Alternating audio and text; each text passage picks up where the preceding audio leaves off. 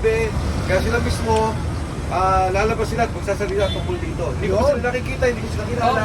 Masabihin ni Matipag, bayad na naman yan. Ha? Masabihin ni Matipag, bayad na naman yan. Sa kanya. Sabihin niya naman, bibigyan mo na naman tagiliran mo Oo, yan. grabe. Nakita niyo naman, hindi na ako sumagot. Ano yung masasabi mo na yung magpo-question ay isa ring akusado? Narinig ko na si Atty. Levy, nagsalita naman siya eh. Di ba sabi niya, decency, kailangan naman, huwag siya mag-preside doon sa meeting. At pabayaan niya magsalita yung mga Marines. Wala naman eh, pwede naman siya magsalita eh. Pwede siya magtanong. At nandyan yung mga Marines, minomonitor ko rin. Siguro pagkatapos ng press con, tapos na ba? Tapos na nga. Kaya ano na nagkatapos na. At hanap sila sa committee mismo. Consultative hearing ang sinasabing pag-uusap ngayon. Itong patawag na ginawa nila. So hindi ba yan ang formal talaga na glory mo rin? Hindi ko alam kung anong ano nila doon, pero sila mismo nagsalita na consultative hearing. Supposedly walang contempt yan. Kaya ako naman kasi walang imbitasyon. Ako mismo, sinasabi lang na sa social media may imbitasyon ako. Pero ang official na imbitasyon, dyan lang sa 18 Marines at kay Atty. Baliton.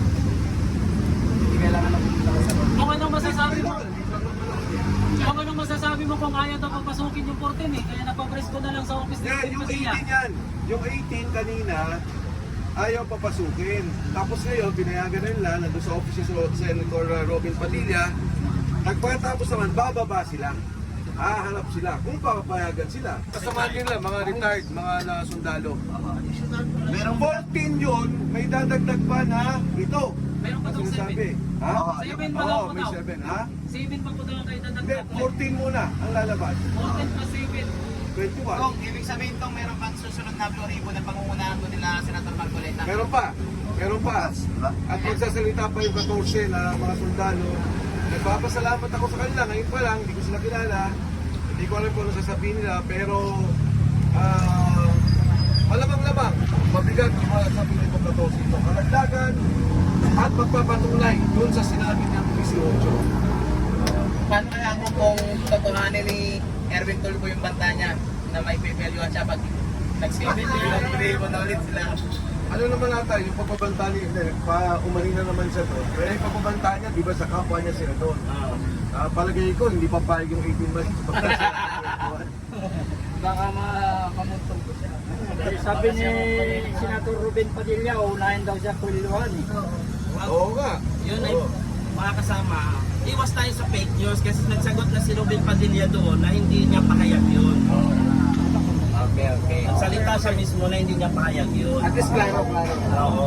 Iwas tayo sa fake news. Dapat doon tayo sa page mismo ni Senator. So, ibig sabihin kung walang hindi kayo kasali ngayon sa pinatawag. Hindi ako pinatawag eh, dapat ka-attend ako. Pero ngayon ang umaga, nag-coordinate ako dun sa mga sundalo, kinoordinate yung mga nangyayari.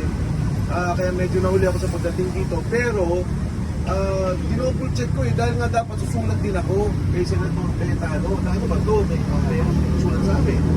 Pero wala namang official na binigay sa akin. Baka sabihin naman, nagbibisinta ako na hindi naman ako inibitahan. So walang supina dumating sa'yo, Kong? Walang imbitasyon. Doon sa 18 Marines, Kong, meron ding supina. Meron. Atty. Levy, tapos pinanggit yung 18. Kami na lang mag-iimbita sa iyo. Yan! Ayan, mga kababayan, Pero si hindi natin, Congressman Mike monitor pa Defensor. tayo, hindi pa natapos. Sa mga kababayan po natin na nanonood ngayon, kung gusto nyo po magpunta rito, sumama po kayo sa amin kasi hindi mo natin alam ang mangyayari. At kami po naman nandito para proteksyonan din. Bigyan ng kahit pa paano, alalay, yung ating 18 Marines, yung mga brave team at si Atty. Baliton. Salamat po. na rin kami doon kung lahat kami. Kasama kayo. Yes. Hindi, pero tayo magiging unang magdedepensa eh. Yes, ako. Kaya salamat sa pag-imbestiga ng anomalya o iniimbestigahan niya at tinitira niya yung mga nagsasalita sa korupsyon at anomalya.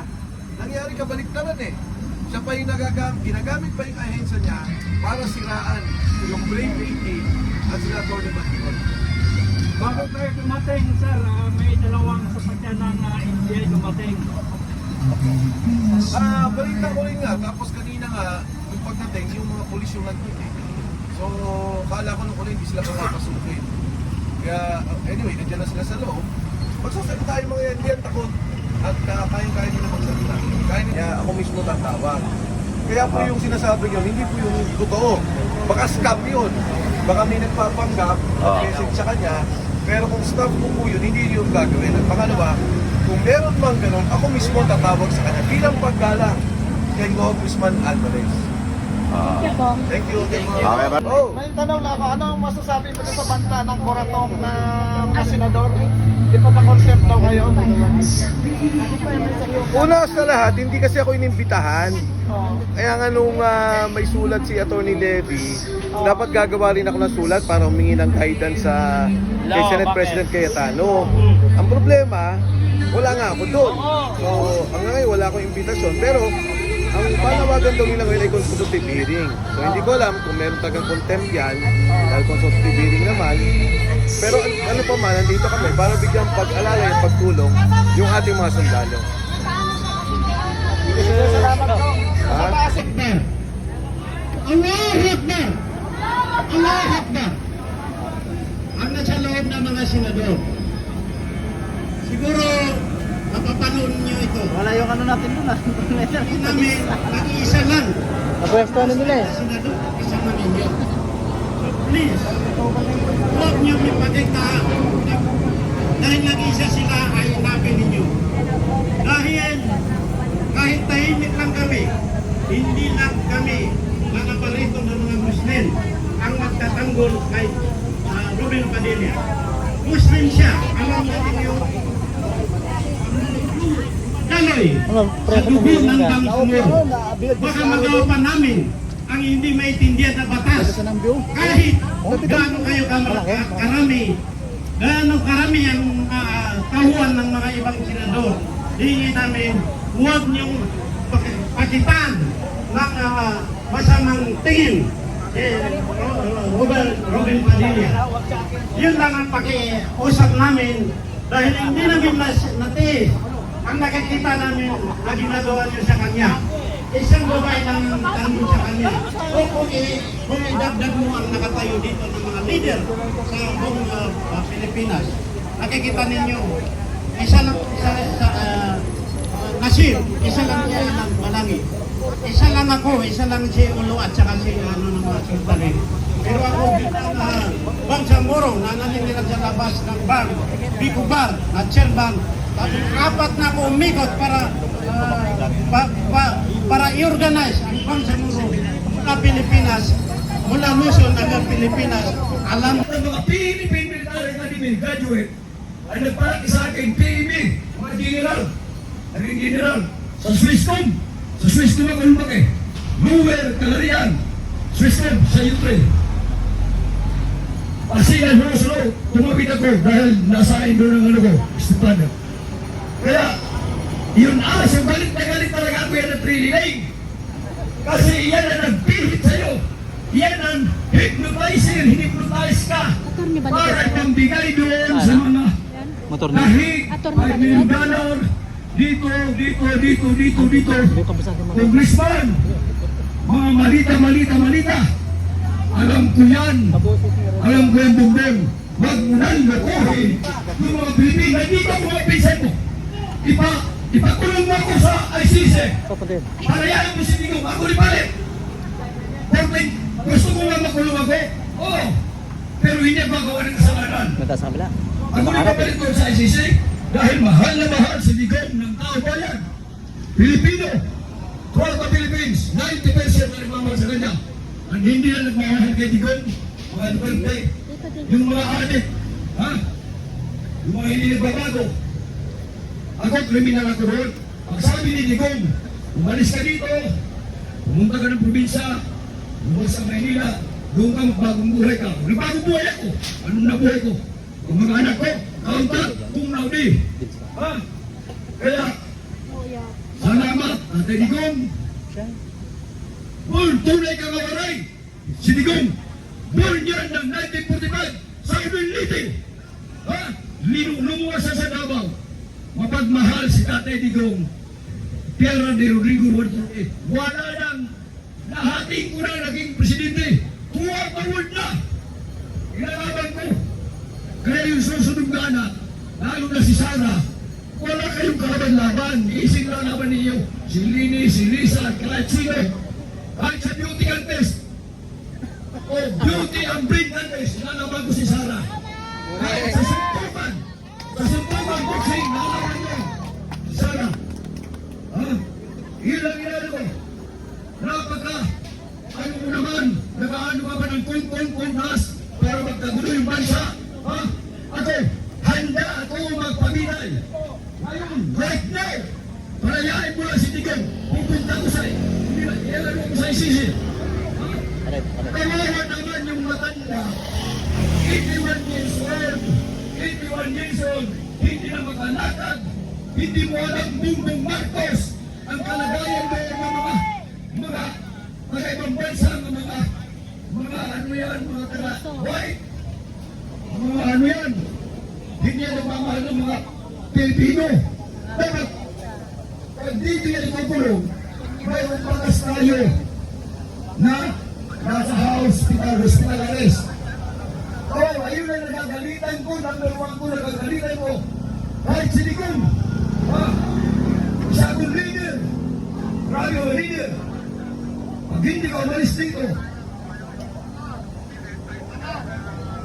bakit ako mawawala ka? Umalis ako. Umalis ako. Sa ako. Kasi magandang hangarin niya. Sali, buong Pilipinas, Kristiyano sa Muslim, Muslim sa Mindanao, Pilipino, magkaisa tayo sa maayos na paraan sa pakiusap. Yung hindi na nag-aaway ang mga sundalo, ang mga Kristiyano sa Muslim, hindi na nag-aaway dito. Kawawa na tayo, mas mag-aaway-aaway pa tayo. Kailangan makikiusap tayo, magdadala tayo kung nagdala ng kandila si Kuri ng araw. Kahit anong dalhin natin sa atin, kaya wala naman tayong pera nagbibili kandila. Kahit susunod kami. Basta porpunayin namin Metro Manila Tumon. Darating na ang panahon. Pag ako nawagan, I am a leader, I am a president. Nananawagan ako sa Pilipino. Bongbong Marcos, huwag mo nang antayin, mamamatay ka kaya may sakit ka na. Kasi pag-aagawan yung pistol, baka yung anak pag-aano mo, pag-aano ka ba ng kunasimbi, pag-aano ka kaya may sakit ka na. Wag na, kawawa na ang Pilipino. Marami nagugutom. Di ba na ako? Ikaw, kahahalot mo na ang damot mo. Mga waray-waray doon, nagugutom sa waray. Kung talagang tunay ka na waray, ikaw, Martin, waray ka, sabi mo kung gusto ka, sa pag-isipit ang lumay, dapat ilibre mo yung kababayan mo, ilibre mo lang yung fertilizer. Ikakawat mo, bilyon-bilyon, Martin Romandes, ikaw mo, ilibre mo yung Maraming tao dito. Visayas Mindanao. Dalawang tao lang dyan. Ilibre mo ang agriculture. Yun ang importante. Ilibre mo ng mga fertilizer. Salamat. Salamat. Allahu Akbar. Maraming salamat. At magbata akong Mindanao. Waray-waray ini. Maraming salamat. Napihan na nila sa Rafael, isuda na. Tawaray. Ang bumbong, huwag kang Barangon. pihan na sa Barangon. kuko namin. Barang. Oh, yun. Okay. Oh. Isa, sino ba? Kaya nanonood mo